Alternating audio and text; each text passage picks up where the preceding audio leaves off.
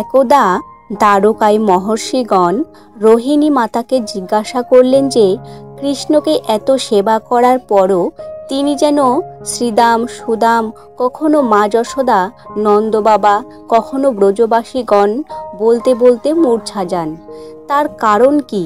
তখন কৃষ্ণ বলরামের অজান্তে সুভদ্রা দেবীকে একটি কক্ষের দ্বারে রেখে নির্ভীত কক্ষাভ্যন্তরে রোহিণী মাতা মহর্ষিদের কাছে ব্রজবাসীদের কৃষ্ণ বিরহের কথা বর্ণনা করতে শুরু করলেন যে বৃন্দাবনের বৃক্ষরাজি তরুলতা কৃষ্ণ বিরহে ফুলে ফুলে শোভিত হয় না। গোবৎস এবং সখাগণ অনাহারে অনিদ্রায় কলাতিপাত করছে।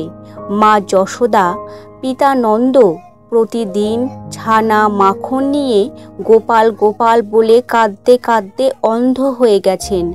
কৃষ্ণ বিরহে ব্রজবাসীগণ প্রশান্ত প্রায়। এদিকে ভগিনী সুভদ্রা দেবীকে একটি কক্ষের দ্বারে দেখতে পেয়ে কৃষ্ণ এবং বলরাম তার নিকটে এসে দাঁড়ালেন। কক্ষাভ্যন্তর থেকে ভেসে আসা ধ্বনি রোহিণী মাতা কর্তৃক বর্ণিত ব্রজবাসীগণের কৃষ্ণ বিরহ কথা শ্রবণ করতে করতে কৃষ্ণ, বলরাম এবং সুভদ্রা বিকারগ্রস্ত হতে লাগলেন। তাদের হস্তপদ শরীর অভ্যন্তরে প্রবিষ্ট হতে লাগলো।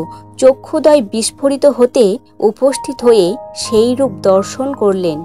তখন নারদ মুনি ভগবান শ্রীকৃষ্ণের নিকট প্রার্থনা করলেন, হে ভগবান, আমি আপনার যে রূপ দেখলাম, যে ভক্ত বিরহে আপনি স্বয়ং বিকারগ্রস্ত হয়ে থাকেন, এই করুণার মূর্তি জগৎবাসীর কাছে প্রকাশ করুন। নারদ মুনির প্রার্থনায় ভগবান শ্রীকৃষ্ণ তাকে প্রতিশ্রুতি দিলেন যে দারু ব্রহ্ম অর্থাৎ জগন্নাথ রূপে শ্রীক্ষেত্রে বা পুরীতে আমি এই রূপে আবির্ভূত হব। নীলাচলে নীল মাধব প্রভু জগন্নাথ, ভক্তজনে কৃপা করো, দাও গো আশীর্বাদ।